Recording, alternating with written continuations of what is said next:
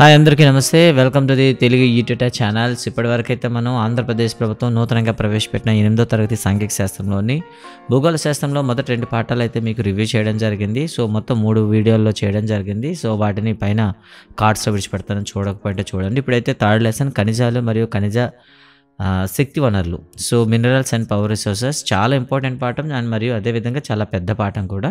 So వీలైనంత వరకు ఒక వీడియోలో చేయడం ట్రై చేద్దాం, లేదా 2 పార్ట్లుగా వస్తుంది, వాటిని అయితే చూడండి. ఇక పాఠ్యాంశంలోకి వెళ్తే మనకి ఇలా స్టార్టింగ్లో అయితే ఒక కోల్ మైన్ అయితే కనిపిస్తూ ఉంటుంది. సో మీలో ఎవరైనా ఫస్ట్ టైం చూస్తుంటే ప్లీజ్ సబ్స్క్రైబ్ చేసుకోండి. అదేవిధంగా మా వీడియో అప్డేట్స్ కోసం పక్కన బెల్ ఐకాన్ని ఎనేబుల్ చేయండి. స్టార్టింగ్లో చూస్తే కిరి అనే అమ్మాయి గురించి ఇక్కడ మనకు చెప్పడం జరిగింది. కిరి అనే అమ్మాయి ధన్బాద్ సమీపంలోని సుకాంత్ యొక్క స్వగ్రామానికి వెళ్ళింది. అంటే కిరి అనే అమ్మాయి సుకాంత్ వాళ్ళ ఇంటికి అయితే వెళ్ళిందనమాట.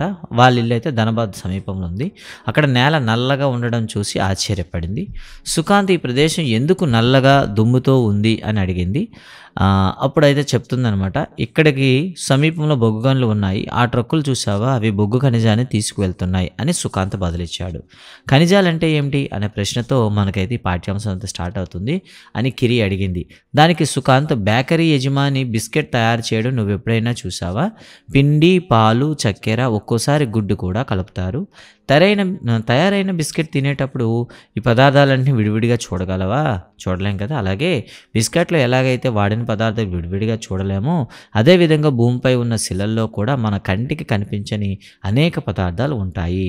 వీటినే మనం ఖనిజాలు అంటారు అంటూ చెప్పడం అయితే జరిగింది. అయితే ఇవన్నీ కూడా ఖనిజాలు ఎక్కడ ఉంటాయంటే భూపటలం అంతటా విస్తరించి ఉంటాయి అని చెప్పాడు అనమాట. ఇక ఖనిజం అంటే ఏంటో ఒకసారి చూద్దాం. ఇక్కడ నుండి మనకి వీలైన ఎక్కువ, ఎందుకంటే ఈ టాపిక్లో కంప్లీట్గా గ్లోబల్కి సంబంధించిన ప్రతి కాంటినెంట్ కూడా ఇక్కడ వివరించడం జరిగింది. అంటే భూమి మీద ఉండే ప్రతి ఖండాన్ని కూడా వివరించాడు కాబట్టి ఎక్కువ ప్రశ్నలు రావడానికి అవకాశం ఉంటుంది. కొన్ని అయితే జనరల్గా ఎక్స్ప్లెయిన్ చేశాడు, కొన్ని పర్టికులర్గా ఎక్స్ప్లెయిన్ చేశాడు. కాబట్టి పర్టికులర్గా చెప్పే దగ్గర మనం అయితే ఒక బిట్ని అయితే ఫేమ్ చేసుకోవచ్చు. ఒక నిర్దిష్ట రసాయన సమ్మేళనంతో సహజంగా లభించే పదార్థమే ఖనిజం అని ఇవ్వడం జరిగిందనమాట. ఒక నిర్దిష్ట రసాయన సమ్మేళనంతో సహజంగా లభించే పదార్థాన్ని ఖనిజం అంటాము. అయితే ఈ ఖనిజాలు భూమంతటి కూడా ఒకేలా విస్తరించి ఉండవు. ఒక నిర్దిష్ట ప్రాంతంలో లేదా రాతి పొరలలో నిక్షిప్తమై ఉంటుంది. ఇది ఒక లిమిటెడ్ ఏరియాలో మాత్రమే ఉంటుందని చెప్పాడనమాట. కొన్ని ఖనిజాలు మనం సులభంగా చేరుకోలేని ఆర్కిటిక్ మహాసముద్ర అడుగు భాగంలోనూ అంటార్టికాలోనూ కూడా కలవు. కొన్ని ఖనిజాలు అయితే మనం వాటిని ఎప్పుడు కూడా చేరుకోలేము, కానీ అలాంటివి కూడా ఉన్నాయి. తర్వాత చూద్దాం. ఇక్కడ మీకు తెలుసు అనే మాట అయితే అడిగాడనమాట. మనం తినే ఆహారంలో కూడా ఉప్పు, పెన్సిల్లో ఉండే గ్రాఫైటు, అంటే మనం తినే ఉప్పు కూడాను, పెన్సిల్లో ఉండే గ్రాఫైట్ కూడాను ఖనిజాలే, మీకు తెలుసా అంటూ ఒక ప్రశ్న అయితే వేశాడు. వివిధ రకాల పరిస్థితుల వలన ఖనిజాలు వివిధ రకాలైన భౌగోళిక వాతావరణంలో లభిస్తాయి. అవి మానవ జోక్యం లేకుండా సహజ ప్రక్రియల ద్వారా ఏర్పడతాయి అని చెప్పాడనమాట. అంటే ఖనిజాలు అనేవి సహజసిద్ధంగా ఏర్పడతాయి తప్ప మానవ ప్రమేయం అయితే వీటిపైన ఉండదు అని చెప్పాడు. రసాయనిక ధర్మం అయిన ద్రావణీయత, భౌతిక ధర్మాలైనటువంటి రంగు, సాంద్రత, కాఠిన్యత. చూసారా, ఒక ఖనిజాన్ని గుర్తుపట్టాలంటే మనకు ఉపయోగపడేటటువంటి రసాయనిక ధర్మం ఏమిటి? ద్రావణీయత. లేదా ఒక ఖనిజాన్ని గుర్తించడానికి మనకు సహకరించేటటువంటి భౌతిక ధర్మాలేవి? రంగు, సాంద్రత, కాఠిన్యత. ఇలా మనకు పర్టికులర్గా సెపరేట్ చేసి ఇచ్చాడు అనమాట. కాబట్టి రేపు ప్రశ్న అడిగేటప్పుడు ఖనిజాన్ని గుర్తించడానికి ఉపయోగపడేటటువంటి రసాయనిక ధర్మం ఏది అని ఇచ్చాడు అనుకోండి, మీరు ద్రావణీయతని సెలెక్ట్ చేసుకోవాలి. సొల్యూబిలిటీ అని పిలుస్తాం. అదేవిధంగా భౌతిక ధర్మాలు ఏమంటే కలర్, డెన్సిటీ అండ్ హార్డ్నెస్. రంగు, సాంద్రత, కాఠిన్యత అని చెప్తే సరిపోతుంది. ఇక తర్వాత మనం చూస్తే ఖనిజాలు రకాల గురించి ఒక మాట అయితే చెప్పాడనమాట. సో 3000 రకాలకు పైగా ఖనిజాలు ఉన్నాయట మనకి భూపటలంలో.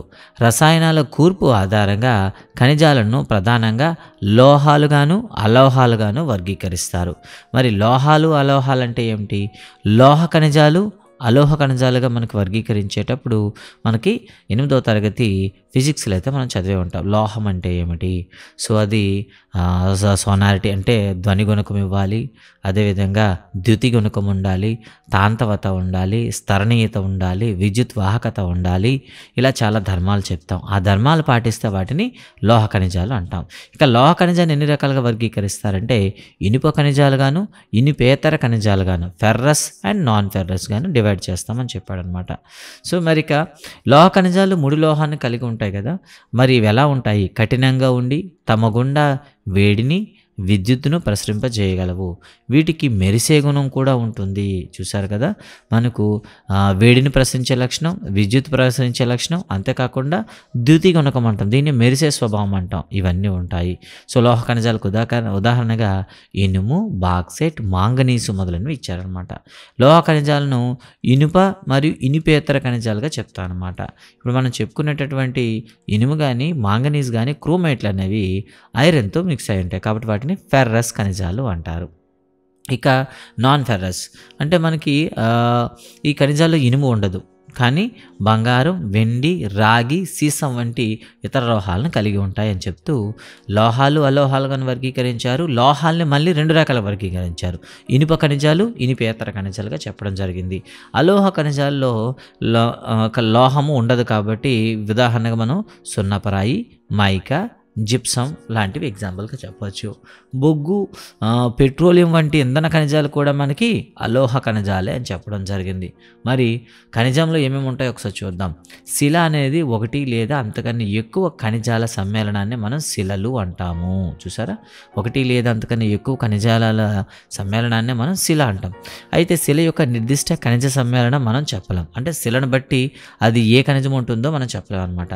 అయితే పర్టికులర్గా ఒక ఖనిజాన్ని సేకరించడం కోసం మనం ఒక ముడి శిలను తీసుకుంటే దాన్ని ధాతువు అంటారు, లేదా ఖనిజాన్ని శుద్ధి చేస్తే మనకు వచ్చేదాన్ని మనం ఏమని పిలుస్తాం, ధాతువు అంటాం అనమాట. ఇది మీకు 10th క్లాస్ ఫిజిక్స్లో మళ్ళీ వస్తుందన్నమాట. భూమి నుండి తీసేదాన్ని ఖనిజం అంటాము. ఏ లోహం కోసమైతే దాన్ని సేకరించామో ఆ లోహ సాంద్రత పెరిగేటట్లు మనం కన్వర్ట్ చేస్తే దాన్ని ధాతువు అంటాము. సో ఖనిజాలు 2800 కంటే ఎక్కువ ఉన్నప్పటికీ అందులో కేవలం 100 మాత్రమే ధాతువులుగా పరిగణిస్తారు. ఖనిజాలు మనకి 2800 రకాలు ఉండొచ్చు, ఎందుకంటే వాటి యొక్క రేషియో మారిపోయింది అనుకోండి, వాటి భౌతిక రసాయన ధర్మాలు మారిపోతాయి. కాబట్టి 2800 రకాల ధాతువులు ఉండేటప్పుడు కూడాను, ఖనిజాలు ఉండేటప్పుడు కూడాను మనకు లభించే ధాతువులు మాత్రం కేవలం 100 మాత్రమే అంటూ ఒక వివరణ ఇచ్చాడనమాట. ఇక ఖనిజాలను వెలికి తీసే పద్ధతులు 3 రకాలుగా ఉంటాయని చెప్పారనమాట. 1 మైనింగ్, 2 డ్రిల్లింగ్, 3 క్వారీయింగ్. చూసారా, ఇలా ఇచ్చాడనమాట. ఇక్కడ చూసారా మీకు 2 కలిపి ఒకే లేదా అని ఇచ్చాడు, కానీ సో ఇవి 3 పద్ధతులు అనమాట. First one mining 1, drilling 1, quarrying 1. చూద్దాము మైనింగ్ అంటే ఏమిటి. సో ఈ మైనింగ్లో మళ్ళీ రకాలు చెప్పాడు, 2 బహిరంగ మైనింగ్, 2 భూగర్భ మైనింగ్. చూసుకోండి, open cast mining and shaft mining అని ఇచ్చాడు అనమాట. ఇప్పుడు వీటి గురించి వివరాలు తెలుసుకుందాం. పక్కన మీకు చూస్తుంటే మనకి పెట్రోలియం తవ్వి తీయడానికి సముద్రం మధ్యలో వేసినటువంటి ఒక పెద్ద డ్రిల్లింగ్ బిట్ అనమాట. ఇది చూస్తున్నారు కదా, ఇది డ్రిల్లింగ్ మిషన్ అనమాట. సముద్ర గర్భంలో డ్రిల్లింగ్ ద్వారా చమురు తీయడానికి ఉపయోగించే డ్రిల్ బిట్ అనమాట ఇది. ఇప్పుడు చూద్దాం, భూమి లోపల పొరల నుండి ఖనిజాలను తవ్వి వెలికి తీయడానికి మనం ఏమని పిలుస్తాం, మైనింగ్ అంటాం అనమాట. చూసారా, భూమి లోపల ఉండేటటువంటి లోహ పొరల నుండి ఖనిజాలు తీయడాన్ని మనం మైనింగ్ అంటాం. అయితే భూమి ఉపరితల పొరలను తక్కువ లోతులను తొలగించడం ద్వారా ఖనిజాలను తీయవచ్చు. అంటే ఫర్ ఎగ్జాంపుల్ పైన ఉన్న 10 మీటర్స్ పైన ఉన్న అనుకోండి, సో మనకి బొగ్గు గనులు తీసినట్టు ఏం చేస్తాం, పై పొరను మట్టిని తొలగించినట్లయితే మనకు లభిస్తుంది. కాబట్టి దీనికి పెద్ద ఇబ్బంది పడాల్సిన అవసరం ఉండదు. ఇలాంటి వాటిని మనం ఏమనుకుంటాం, బహిరంగ మైనింగ్ లేదా ఓపెన్ కాస్ట్ మైనింగ్ అంటారనమాట. కొన్నిసార్లు ఏమవుతాయంటే అత్యధిక లోతుల్లో ఉన్న ఖనిజాలు తీయడానికి నిల్వలను చేరుకోవాలంటే మనం గోతులు తవ్వి వెళ్ళామన్నమాట. అప్పుడు ఏం చేస్తారు, సాఫ్ట్లు అంటే ఒక బోర్వెల్ టైప్ అనమాట, బోర్లను వేయాల్సి వస్తుంది. దీన్ని ఏమని పిలుస్తారు, భూగర్భ మైనింగ్, దీన్నే షాఫ్ట్ మైనింగ్ అంటారనమాట. ఓకేనా. పెట్రోలియం సహజ వాయువుని ఇలా భూమి ఉపరితలం నుండి చాలా లోతుకి మనం తీయాలి కాబట్టి దాన్ని షాఫ్ట్ మైనింగ్ అంటారనమాట. మరి వీటికి లోతుగా మనం బోరు బావులు తవ్వాల్సి వస్తుంది. ఇలా బోరు బావులు తవ్వడాన్ని ఏమని పిలుస్తాం, డ్రిల్లింగ్ అంటాము. చూసారు కదా. సో మైనింగ్లో ఇక్కడ వర్గీకరణ అయితే కొంతవరకు గందరగోళంగా ఉందని చెప్పవచ్చు. సో మైనింగ్ అనేసరికి మనకి ఎన్ని రకాలుగా ఉంటుంది, 2 రకాలుగా ఉంటుందని చెప్పారు. సో ఓపెన్ కాస్ట్ అని పిలుస్తాం, ఫస్ట్ది ఓపెన్ కాస్ట్ అంటాం, రెండోది వచ్చేసి సాఫ్ట్ అని పిలుస్తాం. సో ఈ ఓపెన్ కాస్ట్నే మనం ఏం చెప్తామంటే, ఏదైతే బహిరంగ మైనింగ్ ఏదైతే ఉందో దీన్ని మనం ఏమని పిలుస్తాం, క్వారీయింగ్ అంటాం అనమాట. ఓపెన్గా తవ్వి తీసేస్తే దాన్ని క్వారీయింగ్ అంటాం. లేదు భూగర్భంలో ఉండేటటువంటి సాఫ్ట్ మైనింగ్నే మనం తీయడానికి ఏం వాడతాం, డ్రిల్లింగ్ వాడతాం అనమాట. ఇక్కడ వర్గీకరణలో చిన్న వ్యత్యాసం అయితే ఉంది, మీరు అభ్యర్థులు గమనించగలరు. చూసారు కదా, మైనింగ్ అనేది 2 రకాలుగా ఉంటుంది, ఒకటి open cast, 2 shaft mining. Open cast మైనింగ్ని చేసే విధానాన్ని మనం ఏమని పిలుస్తాము చూసారా, భూ ఉపరితలంలో దగ్గరలోని ఖనిజాలను సులభంగా తవ్వితీసే పద్ధతిని క్వారీయింగ్ అంటారు. అంటే ఓపెన్ కాస్ట్ మైనింగ్లో మనం క్వారీయింగ్ మెథడ్ని యూస్ చేస్తాము. అదే మనం సాఫ్ట్ మైనింగ్లో ఏం వాడతాము, డ్రిల్లింగ్ వాడతాం అనమాట.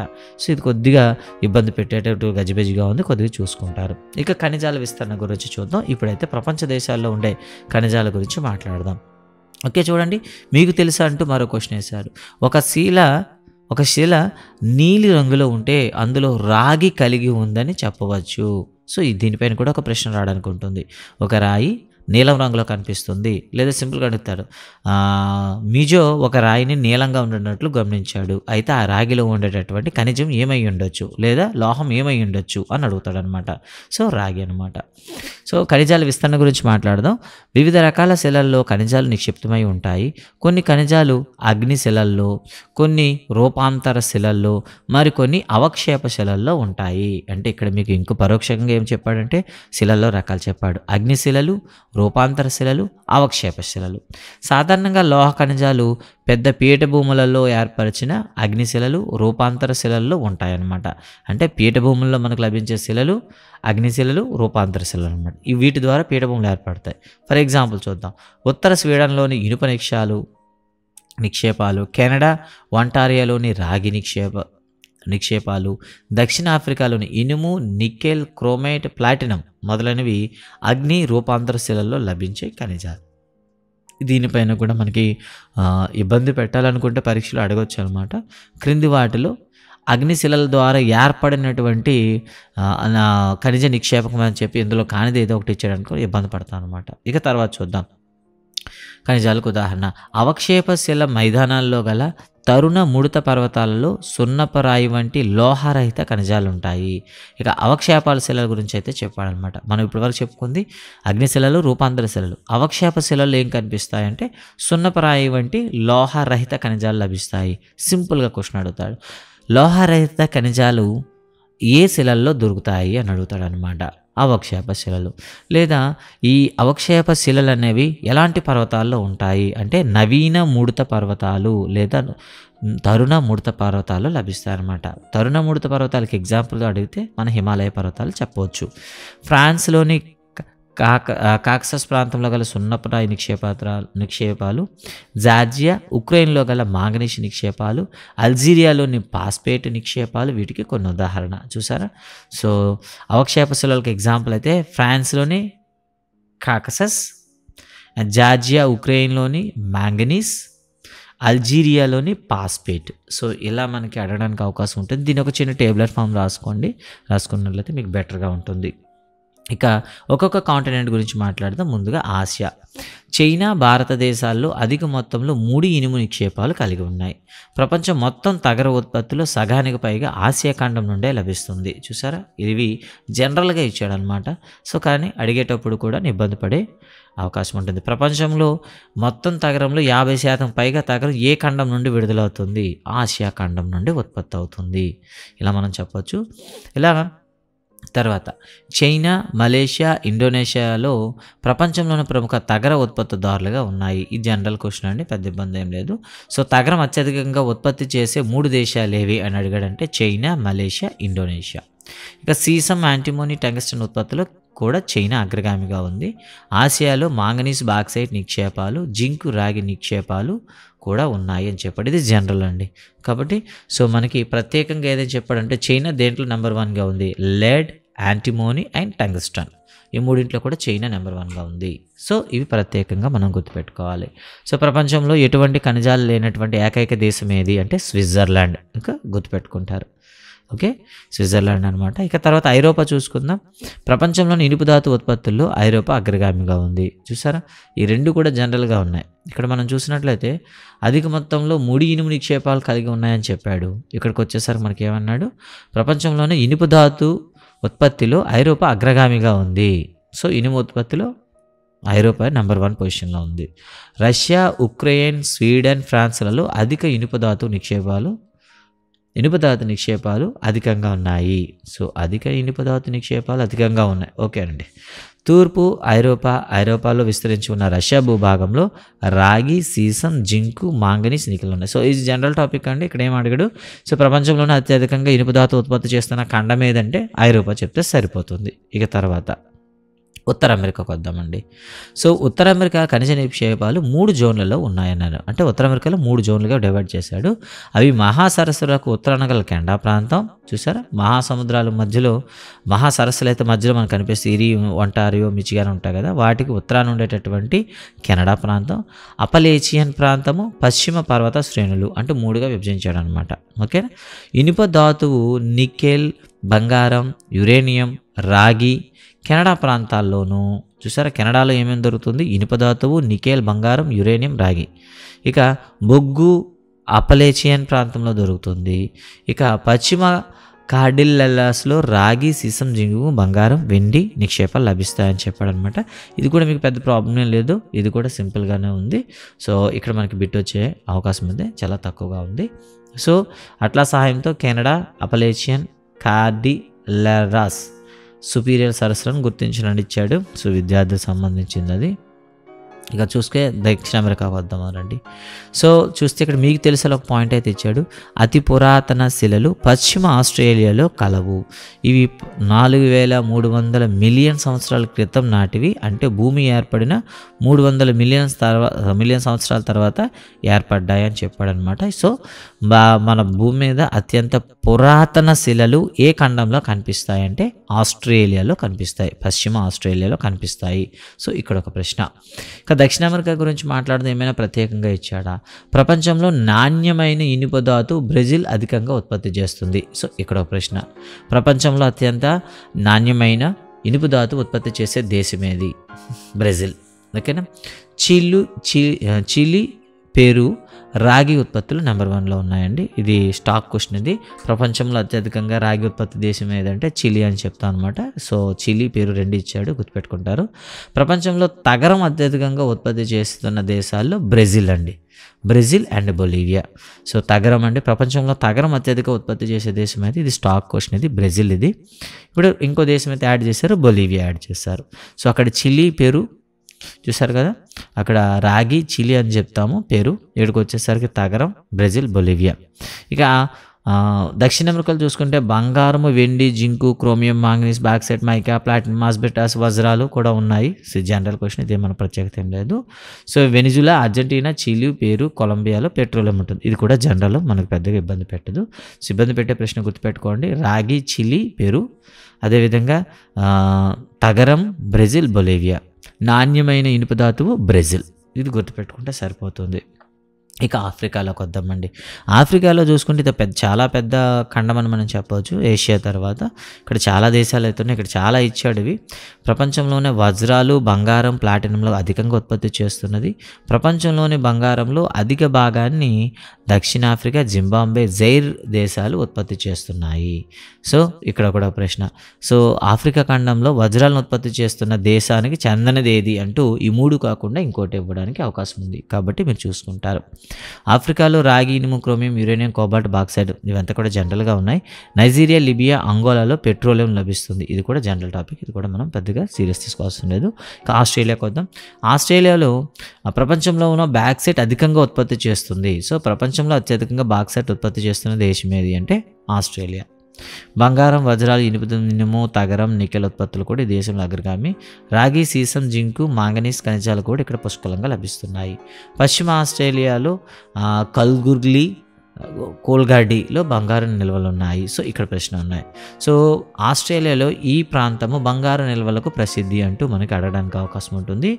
కల్గుర్లీ అండ్ కోల్గాడి, ఈ 2 గుర్తుపెట్టుకుంటారు. 2 ఒకేలా ఉన్నాయి కాబట్టి ప్రాబ్లం ఏం లేదు, గుర్తుపెట్టేసుకుంటారు. ఇక అంటార్టికాలోకి వద్దామండి. అంటార్టికా భూ అంతర్భాగం గురించి మనకు తగినంత అవగాహన ఉండడంతో అక్కడ పెద్ద మొత్తంలో ఖనిజాలు ఉండవచ్చని అంచనా వేయగలుగుతున్నారు. ఓకే. ట్రాన్స్ అంటార్టికా ప్రాంతంలో పెద్ద మొత్తంలో బొగ్గు, తూర్పు అంటార్టికాలో ప్రిన్స్ చార్లెస్ పర్వతాల సమీపంలో ఇనుప ధాతువులు ఉన్నాయని గుర్తించారు. ఇక్కడ ప్రశ్న అండి. ఓకేనా. సో అంటార్టికా ఖండంలో ఏ ప్రాంతంలో బొగ్గు ఉన్నట్టు గుర్తించారు? ట్రాన్స్ అంటార్టికా ప్రాంతం. అంతేకాకుండా సో అంటార్క్టికా ఖండంలో ఏ ప్రాంతంలో ఇనుప ధాతు ఉన్నట్టు గుర్తించారు? తూర్పు అంటార్క్టికాలోని ప్రిన్స్ చార్లెస్ పర్వతం సమీపంలో. ఓకేనా? ఇనుప ధాతువు, బంగారం, వెండి, చమురు కూడా అధికంగా ఉన్నాయని అంచనా వేశారు. ఇది వదిలేయండి. ఏవైనా 5 ఖనిజాలు మనం చేద్దామని ఇచ్చారనమాట. ఉపయోగాలు అడిగాడు. ఇక ఖనిజాలు ఉపయోగాల గురించి అయితే ఇక్కడ మనం చర్చిద్దాం. So right. సో ఖనిజాల ఉపయోగాల గురించి చూస్తే ఖనిజాలు అనేక పరిశ్రమల్లో ఉపయోగిస్తారు. రత్నాల కోసం ఉపయోగించే ఖనిజాలు సాధారణంగా కఠినమైనవి. వీటిని వివిధ రకాలైనటువంటి ఆభరణాల్లో ఉపయోగిస్తారు. నాణేల నుండి పైపుల వరకు ప్రతి వస్తువు తయారీలో ఉపయోగించే మరొక లోహం రాగి. సో ఇక్కడ చూడండి, రాగి అనేది ఒక దాని గురించి ఇచ్చాడు. నాణేల నుండి పైపుల వరకు ప్రతి వస్తువు తయారీలోనూ ఉపయోగించే లోహం ఏదంటే రాగి అండి. ఓకేనా? ఆభరణాలు ఉపయోగించేవి రత్నాలు అనమాట. సో ఆ సెంటెన్స్ అనేది అర్థం కాలేదు. ఖనిజాలను అనేక పరిశ్రమలు ఉపయోగిస్తారు. ఓకే.